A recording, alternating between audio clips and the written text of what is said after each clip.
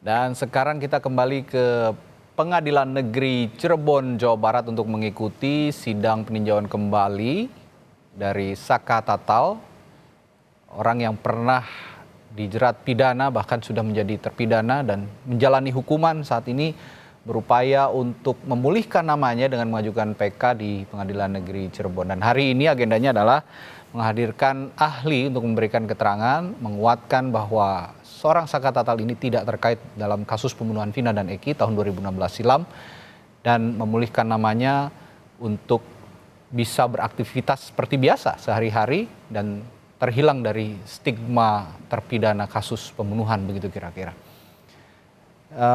Kita akan menuju ke Pengadilan Negeri Cirebon. Nanti juga akan ada jurnalis Kompas TV yang akan melaporkan dari sana. Kita kembali lagi nih dengan Heri Firmansyah. Mas Heri masih bersama kami. Kita gonta-ganti topik dulu nih, Mas Heri, karena ada dua topik yang aman, cukup menarik perhatian publik saat ini. Selain tadi kita bicara soal terduga teroris di Batu, dan saat ini kita kembali ke sidang lanjutan PK Saka Tatal yang menghadirkan ahli.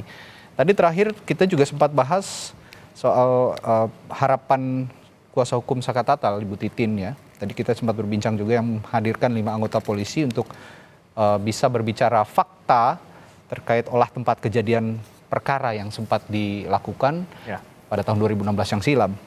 Nah, ini tadi juga Ibu Titin mengatakan yang menarik begini, saya yakin katanya LP Laka Lantas ini dikantongi oleh mereka. Artinya ya memang upaya untuk membebaskan Saka Tatal dari tuduhan apapun gitu ya, tudingan apapun ya memang LP Laka Lantas ini yang sudah diubah akhirnya menjadi kasus pembunuhan. Sejauh ini Mas Heri yakin bahwa LP itu sebenarnya ada? Itu mungkin hanya mereka dan Tuhan yang tahu ya. Tapi begini, bahwa revisi, nah ini kan yang mau kita lihat kayaknya sepertinya dugaannya adalah revisi dari kecelakaan tunggal menjadi pembunuhan di tingkat Polres yang berbeda, begitu kan? Mana yang benar? Nah ini yang kemudian menurut saya harusnya difokuskan di sana. Apakah data yang diperoleh di Polres pertama itu berupa apa dan apa isinya, dan juga kemudian apa yang direvisi dari tindakan penyidik di level sebelumnya tadi, yang pertama tadi. Sehingga kita bisa melihat ada disparitas pandangan, sehingga ketika mengambil keputusan untuk ini ditinggalkan dan ini yang dilanjutkan, itu ada pertanggungjawabannya secara hukum. Siapa yang asal-asalan melakukan proses tadi, gitu ya. Kita tidak kemudian langsung menyatakan si A atau si B. Tapi kalau kita melihat ini sebagai asumtif, dugaan, maka kita akan membandingkan dan akan menemukan kejanggalan-kejanggalannya terlebih dahulu. Baru kita clear itu. Berarti memang ini bukan terjadi kecelakaan atau ini memang terjadi pembunuhan atau sebaliknya. Nah, tapi kalau berdebatnya hanya masalah dia mengantongi, selama itu belum pernah ditunjukkan, apakah Mas Radi juga yakin ketika nanti ditunjukkan itu masih orisinil di tahun yang sama? Karena jadi rentang waktu ini dengan segala keterbatasan akses informasi, tentunya kita hanya bisa melihat dari luar semata nih kan. Kita nggak bisa masuk terlalu dalam karena ada batas tadi. Ini yang bisa menjawab tadi kan sebenarnya adalah keterbukaan. Mengapa kuasa hukum selalu mengarahkan ke poin itu kalau secara garis besar, keterbukaan, mana yang benar, mana yang salah. Sehingga adapun nanti jawaban dari mereka akan dicarikan lagi nih pastinya. Hal-hal lain yang sekiranya tetap bisa meyakinkan bahwa keyakinan mereka ini adalah kecelakaan. Tapi narasi atau langgamnya menariknya adalah sama menurut saya.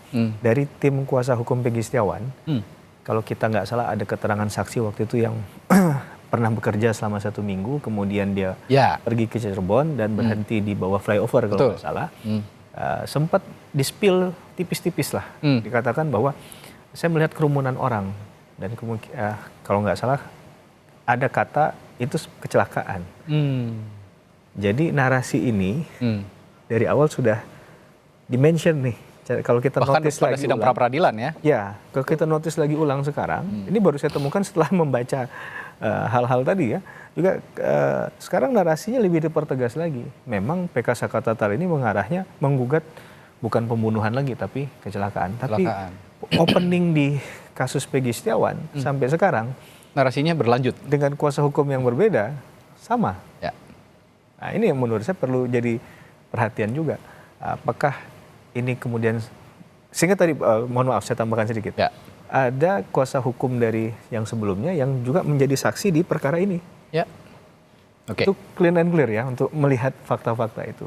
Baik. Nah, tinggal bagaimana apakah itu kemudian akan kembali kepada keyakinan hakim sekali lagi, apakah hakim melihat ini sebagai hal yang terpisah atau sama, sehingga di PK ini juga selalu menyoal Peggy Setiawan nih. Oke.